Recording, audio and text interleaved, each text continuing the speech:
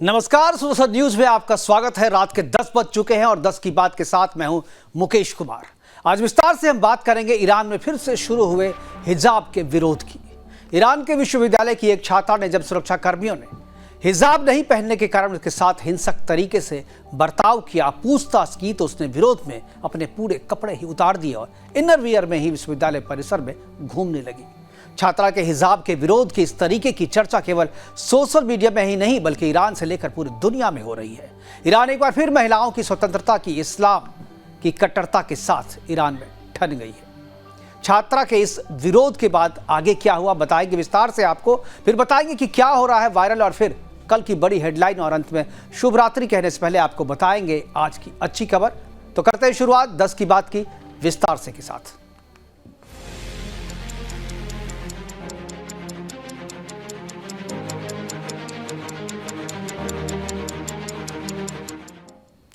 उन्नीस सौ 1980 के दशक से पहले ईरान में उतना ही खुलापन था जितना पश्चिमी के देश में हुआ करता था।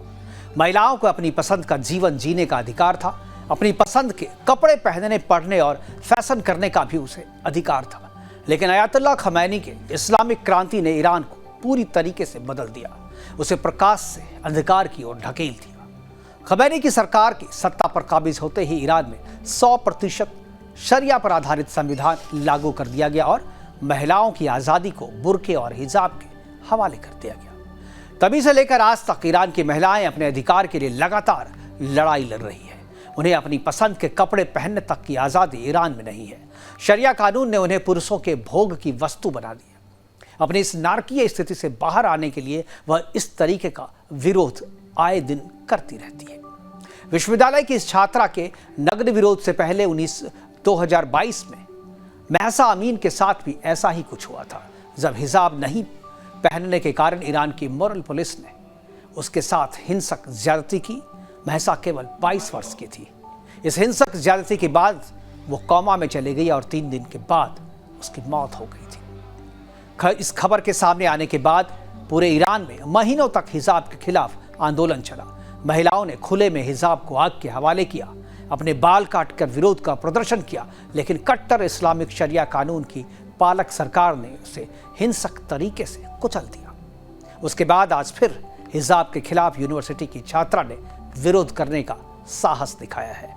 इस छात्रा का नाम अहो दारियाई है, जिसके विरोध के बाद ईरान की मोरल पुलिस ने उसे गिरफ्तार कर लिया है। कुछ सोशल मीडिया प्लेटफॉर्म पर इस गिरफ्तारी के बाद छात्रा की मौत की खबर को भी वायरल किया जा रहा है।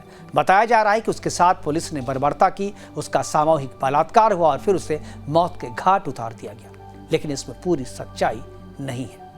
ईरान की मीडिया और एमनेस्टी इंटरनेशनल के हवाले से जो बताया जा रहा है कि गिरफ्तारी के बाद छात्रा के साथ मारपीट की गई, उसके खिलाफ शरिया कानून के मुताबिक धाराओं में केस दर्ज करने के बाद उसे मानसिक चिकित्सालय भेज दिया गया है। ईरान की कट्टर इस्लामिक सरकार उसे मानसिक रूप से अस्वस्थ बताने में जुट गई है और इस आंदोलन को दबाने में, और फिर से यह आंदोलन पूरे ईरान को अपने चपेट में ना ले, उससे बचने की कोशिश सरकार की तरफ से की जानी शुरू हो गई है। इस बीच यूनिवर्सिटी ने भी छात्रा को मानसिक रूप से अस्थिर बताते हुए अपना स्टेटमेंट जारी किया है। अब आपको बताते हैं कि कैसे खुले विचारों वाले देश में महिलाओं की आज़ादी को इस्लामिक दीमक जो है वो धीरे धीरे करके पूरी तरीके से चट कर गई।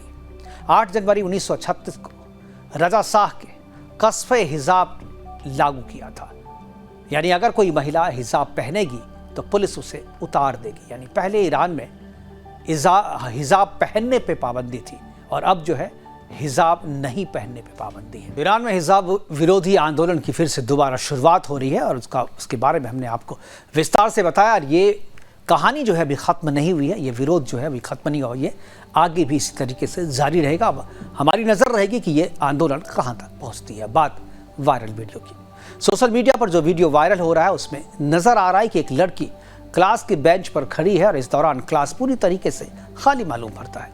वीडियो में आगे दिखता है कि वो बेंच पर खड़े खड़े ही डांस करने लगती है और जब तक वो खड़े होकर डांस करती सब कुछ ठीक था, मगर जैसे ही वो पैरों को उठाकर डांस करने लगती है उसका बैलेंस भी करता है और वो बहुत तेज़ी से नीचे गिर जाती है। इसमें उसे काफ़ी चोट भी लगती है। अभी आप जो वीडियो देख रहे हैं उसे इंस्टाग्राम पर साकिया_girl_890 के नाम से के नाम के अकाउंट से पोस्ट किया गया और अब तक इस वीडियो को 1 लाख से अधिक लाइक्स मिल चुके हैं। वीडियो को देखने के बाद काफ़ी लोगों ने कमेंट करके अपनी बात भी लिखी है और एक यूजर ने लिखा कि दिमाग का पेच अब टाइट हो गया होगा।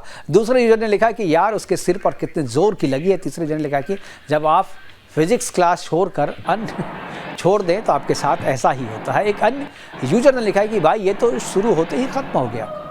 तो इस तरीके के वीडियो सोशल मीडिया पे काफ़ी वायरल हो रहे हैं और वायरल इस वीडियो को देख करके लोग जो है मज़े भी लेते हैं, लाइक भी करते हैं और फिर इसे शेयर भी करते हैं। बात कल की बड़ी खबर की यानी हेडलाइंस की, यानी कल जब अखबार में आप जो खबर पढ़ेंगे वो आपको मैं पहले ही आज बता देता हूँ रात में। और पहली जो खबर है वो खबर है 5 नवंबर को होगा अमेरिका में राष्ट्रपति चुनाव के लिए मतदान। कमला हैरिस और ट्रंप के बीच कड़ी टक्कर है। 20 जनवरी को फैसला होगा यानी रिजल्ट जो है वो आ जाएंगे।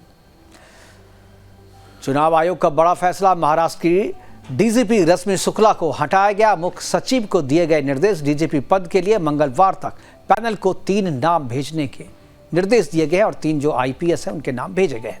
मंगलवार को रायबरेली के दौरे पर राहुल गांधी रहेंगे। जिला समन्वयकों की बैठक में हिस्सा लेंगे और दिशा की बैठक में भी वो हिस्सा लेंगे।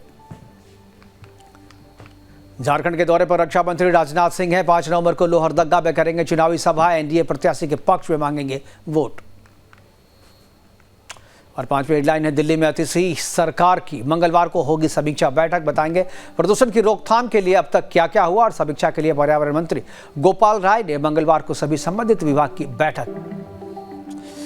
तो अब प्रोग्राम के लास्ट सेगमेंट में समय है भी आपसे विदा लेने का, लेकिन हमेशा की तरह खाने से पहले किसानों को और सोने से पहले जवानों को धन्यवाद करना चाहिए, जिसके कारण हम और आप अपने अपने घरों में चैन की नींद सो रहे हैं। तो अभी के लिए इतना ही, दीजिए इजाजत।